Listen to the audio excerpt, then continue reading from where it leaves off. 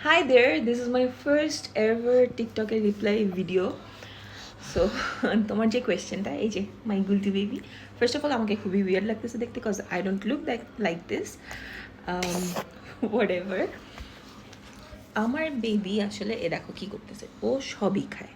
হ্যাঁ মাশাল্লাহ, ও আসলে 6 মাস বয়স পর থেকে কী হয়েছে আব্বা? আচ্ছা, ও আসলে 6 মাস বয়স পর থেকে ওর জন্য খুব জোর 1 থেকে 1.5 মাসের জন্যই মানে এক্সট্রাভাবে খিচুড়ি রান্না করা হয়েছিল। বাট আফটার দ্যাট ওকে আমরা আমাদেরই খাবার, আমরা যা খাই সেই খাবারটাই ওকে জাস্ট একটু অল্প অল্প পোর্শনে খাওয়ানো ট্রাই করা হয়েছে। সো এখন ও সবই খায়। দুষ্টু বাচ্চাটা, এদিকে আসে। সাচ অ্যাজ, আমি তোমাকে এক্সাম্পল দিই যে ও হচ্ছে ইভেন কচুর গাটি পর্যন্ত খায়। আমার বাচ্চা মাছ খুবই লাভ করে, ও এখন পর্যন্ত ওকে যদি চিকেন দিই ওর দাঁতে আটকায় যায়। সো আমি যেটা না খাই আমার বাচ্চা মাশাল্লাহ সেটা খায়। জাস্ট তো অ্যান্সারিং ইয়োর কোয়েশ্চেন যে ওকে আমরা ট্যুরে গেলে কি খাওয়াই, রাইট? ট্যুরে গেলে আসলে আমাদেরই ফুড হ্যাবিটটা একটু unhealthy, as you can see আমাকে, যে I am not a healthy person. So আমরা প্যাকেট ফুড প্রচুর খেয়ে থাকি, প্রসেস ফুড খেয়ে থাকি। সো আসলে ও ওগুলাই খায়। ওর এটা আমি একটা আলাদা মেনশন করবো আমার নেক্সট ভিডিওগুলোতে, যে ট্যুরে যাওয়ার সময় আমি ওর জন্য এক্সট্রা কী নিয়েছি অ্যাপার্ট ফ্রম ফুড। সো ওর দুধ সেরেলাক তো ছিলই, বাচ্চা মানুষ দুধের একটা মানে নেশা থাকেই ওর। এছাড়া ও যা যা খেয়েছে, লাইক বিস্কিটস খেয়েছে, কেক খেয়েছে, দেন জুস খেয়েছে প্রচুর, কারণ অনেক গরম ছিল। সো যেন ডিহাইড্রেটেড না হয় সেই জন্য আমরা প্রচুর জুস খেয়েছি সবাই। আর কি খেয়েছে, চিপস খেয়েছে।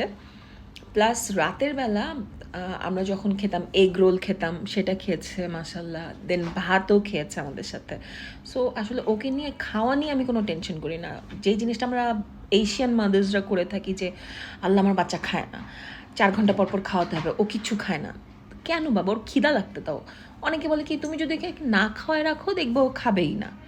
অনেকের বাচ্চা না কেমন করে, বাট কতদিন, ওরা তো মানুষ, ওদেরও তো ক্ষুধা লাগবে। সো আমার সাজেশন হচ্ছে ওদেরকে ক্ষুধা লাগতে দাও, দেন যা দিবা দেখবা ওরা তাই খাবে। ঠিক আছে? I hope I could answer your question. So বাচ্চাদেরকে নিয়ে গেলে অবশ্যই ট্রাই করো বাচ্চাদেরকে নর্মাল এনভায়রনমেন্টের সাথে অ্যাডাপ্ট করার। তাহলে দেখবা কি তোমার নিজের লাইফটাও ইজি হয়ে যাবে। এই যে ঘুরতে যেতে পারে না অনেকে, কেন চিন্তা করে বাচ্চা একটা প্রবলেম, বাচ্চা অনেক ঝামেলা করবে, কারণ তুমি ওকে ওইভাবেই ব্রট আপ করছো। আমাদের সাথে আমার বাচ্চা নর্মালি রাতের বেলা ঘুমায় হচ্ছে 2টা-3টার দিকে। বাট ট্রাস্ট মি, ট্যুরে যে ও আমাদের সাথে যে পরিমাণ হাঁটাহাঁটি করছে, ও নিজেই এত টায়ার্ড ছিল, ও দুপুরে ঠিক 1:30-2টার মধ্যে ও গাড়িতেই ঘুমাইছে, কারণ আমরা তো জার্নির মধ্যেই ছিলাম, একটা স্পট থেকে আরেকটা স্পট। সো গাড়িতেই ও ঘুমাইছে 1-1.5 ঘন্টা। দেন রাতে ও নিজেই টায়ার্ড হয়ে 12টার মধ্যে ঘুমাই গেছে। সো বুঝতেই পারতেছো ব্যাপারটা।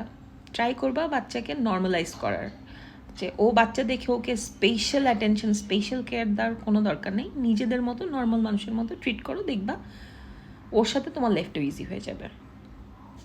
So that's it for today. Thank you for watching. Ta-da! See you again.